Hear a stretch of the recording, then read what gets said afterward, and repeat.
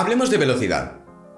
Una vez ya tenemos claro qué es el movimiento y cómo expresarlo, ahora podemos avanzar con el siguiente nivel de dificultad: describir la frecuencia con la que un cuerpo cambia de posición, o como lo llamamos de forma común, la velocidad. La velocidad indica la tasa de movimiento de un objeto en función del tiempo, pero esta, al igual que el movimiento, se puede expresar de varias formas. Pero antes que nada, tenemos que hacer una distinción vital para este asunto: la diferencia entre velocidad y celeridad. Por poner un ejemplo, normalmente asociamos la velocidad con los velocímetros que nos encontramos en los coches y demás vehículos, pero esto es, en realidad, un error. Lo que miden, en verdad, es la celeridad. Mientras que la velocidad es una magnitud vectorial, es decir, tiene dirección y sentido al tratarse de un vector, la celeridad es escalar, es decir, carece de dirección y sentido. Un velocímetro que midiese la velocidad debería, por tanto, indicar también el sentido y dirección del coche. La celeridad, en cambio, cuantifica la rapidez que llevamos sobre el recorrido. Al ser una magnitud escalar, no tiene un vector asociado, por lo que carece de sentido y dirección. Recuerda y tenlo en mente: la velocidad es vectorial y se asocia al desplazamiento. La celeridad es escalar y se asocia con el espacio recorrido. Además, hemos de distinguir dos tipos de velocidad y celeridad: la media y la instantánea.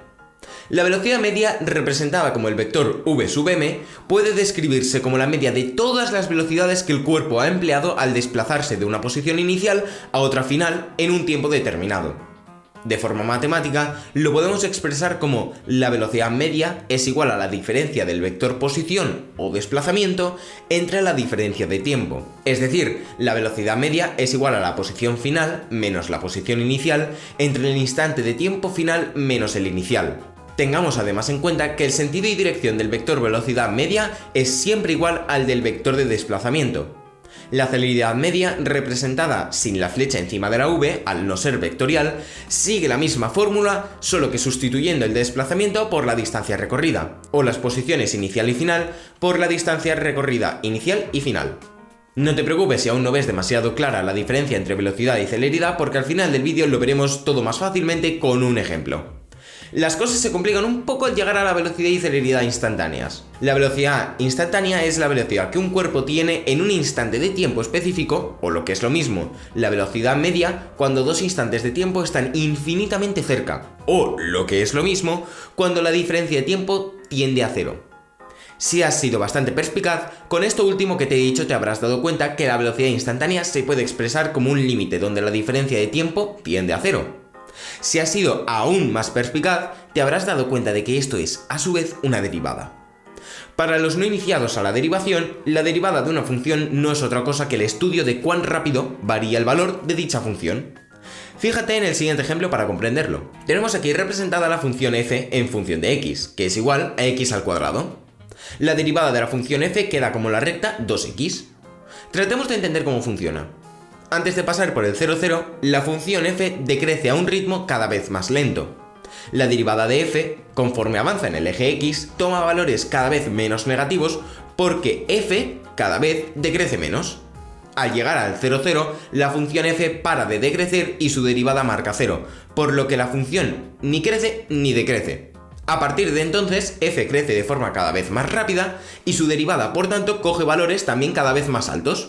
Pero volvamos con la velocidad instantánea.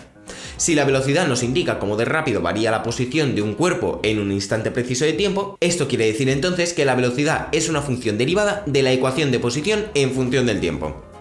Ten en cuenta de que esto de aquí no es una fracción, solo una forma de indicar la derivación de una función.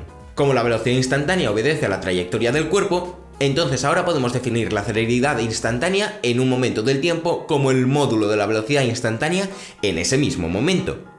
Para poner todo esto en práctica, veamos un ejemplo. Lanzamos una pelota desde una ventana a 3 metros de altura sobre el suelo. La posición de la pelota entre los segundos 0 y 4 queda definida por la siguiente ecuación de posición.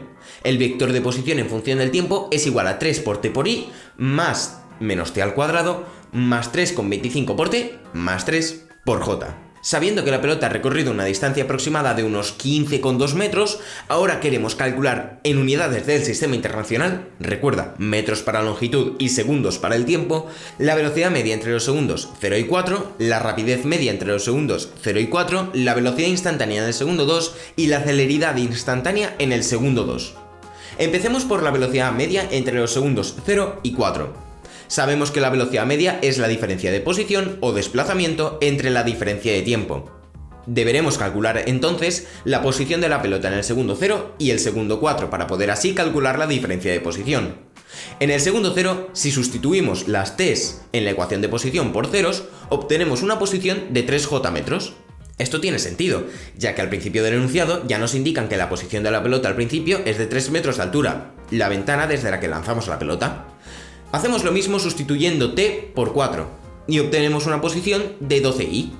Por tanto, podemos intuir que la pelota a los 4 segundos ha acabado en el suelo a 12 metros de la posición inicial. Ahora calculemos el desplazamiento.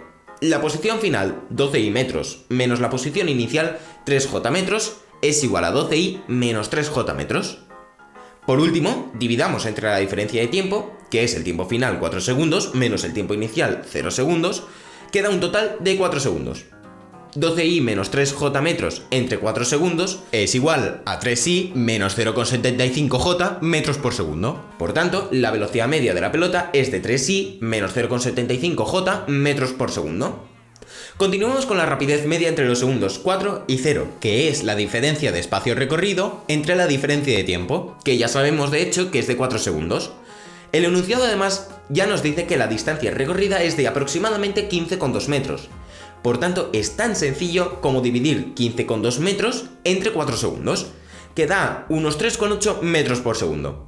Dicho de forma breve, la rapidez media de la pelota es de unos 3,8 metros por segundo. Sigamos con la velocidad instantánea.